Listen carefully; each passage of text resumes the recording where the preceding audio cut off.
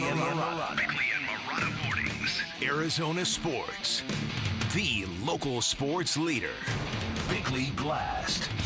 If you watch the Diamondbacks for the very first time this weekend, a series when our desperate baseball team clobbered the Cardinals in a 3-game mugging while their enigmatic All-Star took personal days off because his house was robbed earlier in the week, you might think their endgame strategy would be obvious. Namely, they need to fix the bullpen by trading Marte before he asks for more time off at the very worst time. But that is obviously the simplistic view of a teeter-totter team and their super soft superstar, and the reality is a lot more complicated. You cannot break up a team that looked like the Diamondbacks did this past weekend, but can you trust the Diamondbacks to remain that team? You cannot trade Geno Suarez when he's hitting 2 home runs every game, but can you afford not to trade Geno when his value has never been higher? Finally, the second worst thing you can do in sports is prematurely pull the plug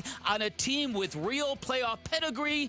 But the worst thing you can do is hang on to a team and a dream that always disappoints, that always finds its way back to mediocrity. This might be the hardest decision Mike Hazen has ever had to make, and this one clearly is going right down to the wire. All right, today's Bickley Blast brought to you by my great friends at Chapman BMW. Make luxury attainable. Find them online at chapmanbmw.com. Probably right now, still buyer-seller. I hope to switch that dial firmly in the other direction, but I think right now we're in a pretty precarious situation relative to, you could look at being where we are out of the wild card record, 1-3 in a row in one way or the other. And that's going to be my job to ultimately make that decision. Mike Hazen on MLB Radio on Sirius XM yesterday talking about shifting that focus, but he still sounds, and maybe this is the right tack to take, it probably is for Mike Hazen, be a little bit dubious about what you're seeing or what you saw this past weekend, because it doesn't erase the first 97 games, what we saw. And like I said earlier, I'm not rooting for this, obviously. I'd like to see the Diamondbacks make Mike Hazen's decision for him, and that is keep this thing together, and maybe you can capture some sort of belief in the remaining games and make a run at this. Nobody expected them to be in the World Series in 2023 either. But when you have been at you pointed this out, been at 500 15 different times in a 100-game stretch, that is the definition of who you are. It's like a magnetic force field that keeps drawing the Diamondbacks back to 15, whether they're below water or above water. And that is who they have been. But that is not at all what the team kind of felt like this weekend. Now, and we're assuming that the Cardinals are a good opponent because the Cardinals were one of the 4 teams that are still ahead of the Diamondbacks. But generally, we have seen this baseball team struggle to finish series, struggle when they have a chance to win series, struggle when they have a chance to sweep series. None of that came into play this weekend. The whole weekend was tremendously impressive just from watching Corbin Carroll and Geno Suarez, obviously, but it's what they did against Sonny Gray that blew my mind. They had 11 hits against Sonny Gray before Sonny Gray had recorded 10 outs. Yeah. That's a really good pitcher you're doing that to. It's the most hits and runs he's ever given up in the start. Yeah, and this is all without Marte, who, again, asked for time off and was granted it, returned to the team yesterday and wasn't even played.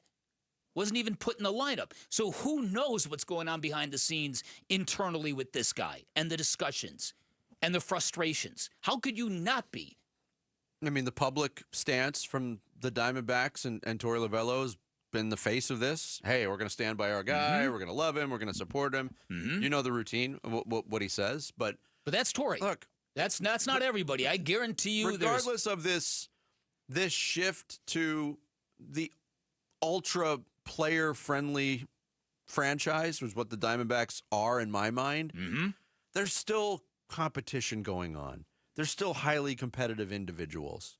And if everybody's not burning as hot in that effort, it has an effect on a team. That's There's maybe no that's doubt. my old school way of No, thinking you're right. about You're dead on the things. money. You're dead on the money. We've applied this to the Suns. We've applied this to a lot of other teams. When you've got a weak link that's not fully in it for the collective, it takes away from everybody. And when it's a player as talented as Ketel Marte, then it probably takes on even more dimensions. What's really odd to me is Ketel Marte, when he plays, it looks like he'd rather be doing nothing else than playing baseball. He's a very joyous player. So I don't understand where he's coming from sometimes.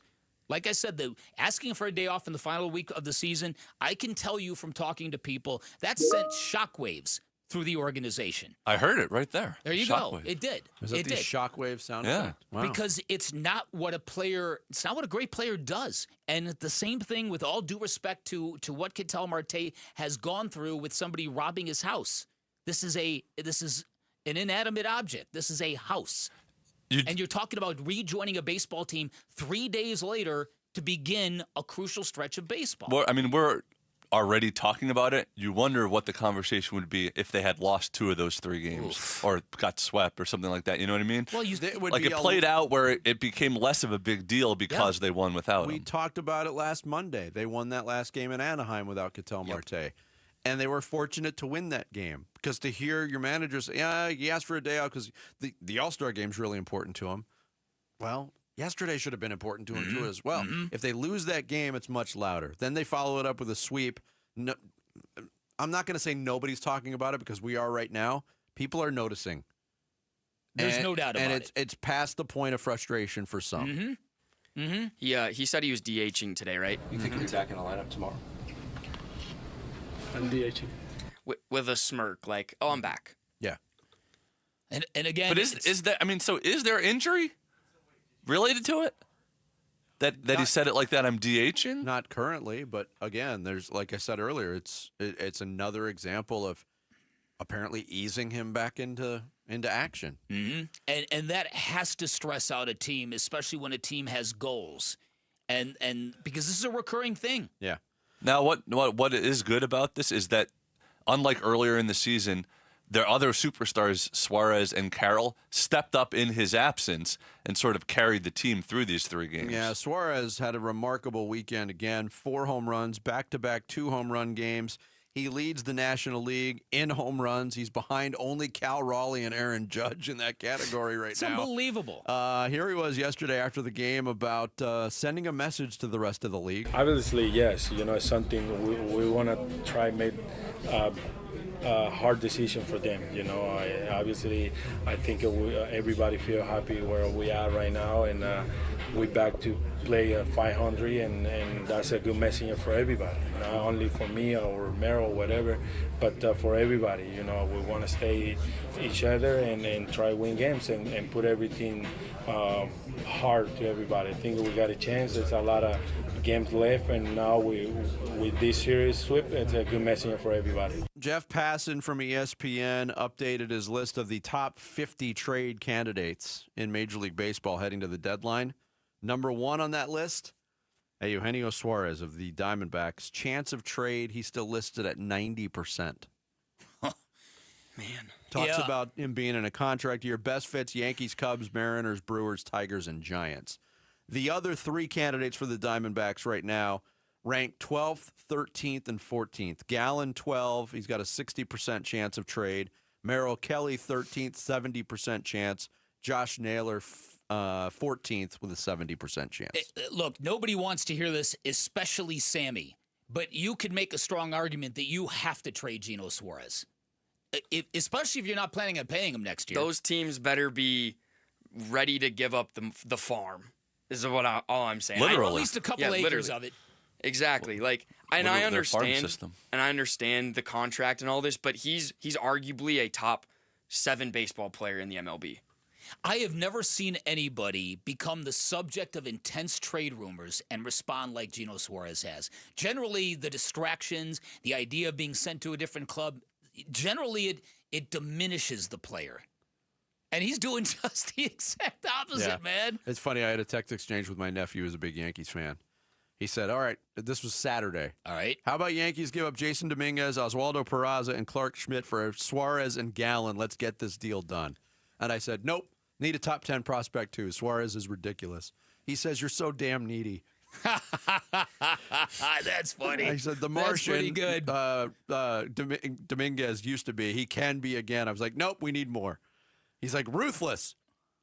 Then he said yesterday, after today, I'll throw in Spencer Jones to sweeten the deal. I was like, now we're talking. Now we're getting there. Wow. And then if Suarez is so happy here, he could re-sign in the offseason. Ooh, yeah. For a nice deal. Best of both worlds. Wow. That's right. You can go back and get him. But he's going to be expensive. Oh, we got a situation happening here, Jared. What's going on? I'm on the fence on whether to. What do you think? Hit it. Do it. Arizona sports. Breaking news. It's breaking news involving a former Phoenix Sun who will not be a new Phoenix Sun. That we were hoping for. GM Charania putting it out there that Chris Paul has agreed to a deal with the L.A. Clippers. Oh, boy. Yes. Dang. Paul had so they got multiple Beal suitors, and Paul, but chose the contending Clippers and their shared history in L.A. for his likely final 21st NBA season. Wow. The Clippers just collecting former number 3s for the Phoenix Suns. I would say when Kelly Oubre now. It shows you what players think of the Suns, though. Marcus Smart, Chris Paul, these are guys that they apparently went after and chose other teams. Mm-hmm. Well, there was conflicting reports on whether or not the Suns were interested in Chris Paul. Yeah. I think he had interest in coming back. Mm-hmm. I don't know if the Suns did. We'll probably get more on that. But Chris Paul going back to L.A., where he had his best years as an NBA player, according to Shams Charania. Thanks for watching Bickley and Murata. Click to see the latest Bickley Blast and hit the button in the middle to subscribe to Arizona Sports.